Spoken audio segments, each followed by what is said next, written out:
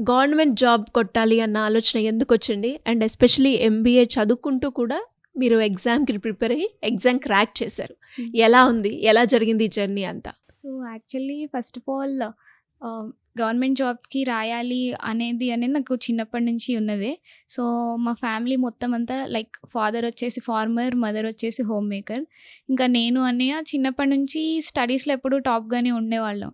So, మా parents మా కోసం చిన్నప్పటి నుంచి పడ్డ స్ట్రగుల్స్ గానీ, వాళ్ళెప్పుడు గూడా వాళ్ళకి నెక్స్ట్ స్టెప్ ఏంటి, ఎలా చదువుకోవాలి, ఏంటి అనేది చెప్పేవాళ్ళు లేకపోవడం వల్ల వాళ్ళు ఈరోజు అక్కడే ఆగిపోయాం. ఫార్మింగ్ దగ్గరే ఆగిపోయాం అన్న ఫీలింగ్ వాళ్ళకెప్పుడూ ఉండేది. సో, హ్మ్. మా విషయంలో అట్లా జరగొద్దు అని వాళ్ళు ఎవ్రీ స్టెప్‌లో మా కోసం వాళ్ళు గైడెన్స్ ఇవ్వకపోయినా అంటే వాళ్ళకి తెలీదు కాబట్టి చదువుకున్న వాళ్ళ వరకు మమ్మల్ని తీసుకెళ్ళడం, వాళ్ళ ద్వారా మాకు గైడెన్స్ ఇప్పించడం అలా స్టెప్ బై స్టెప్ మూవ్ అవుతూ వచ్చాము. సో, అట్లా ఆ ప్రాసెస్‌లో మాకు హైలీ రెస్పెక్టబుల్ జాబ్ ఏదైనా చేయాలి అంటే మాకున్న ఆప్షన్స్‌లో గవర్నమెంట్ జాబ్ బెస్ట్ అనేది నేను చిన్నప్పుడు డిసైడ్ అయిన ఫీలింగ్.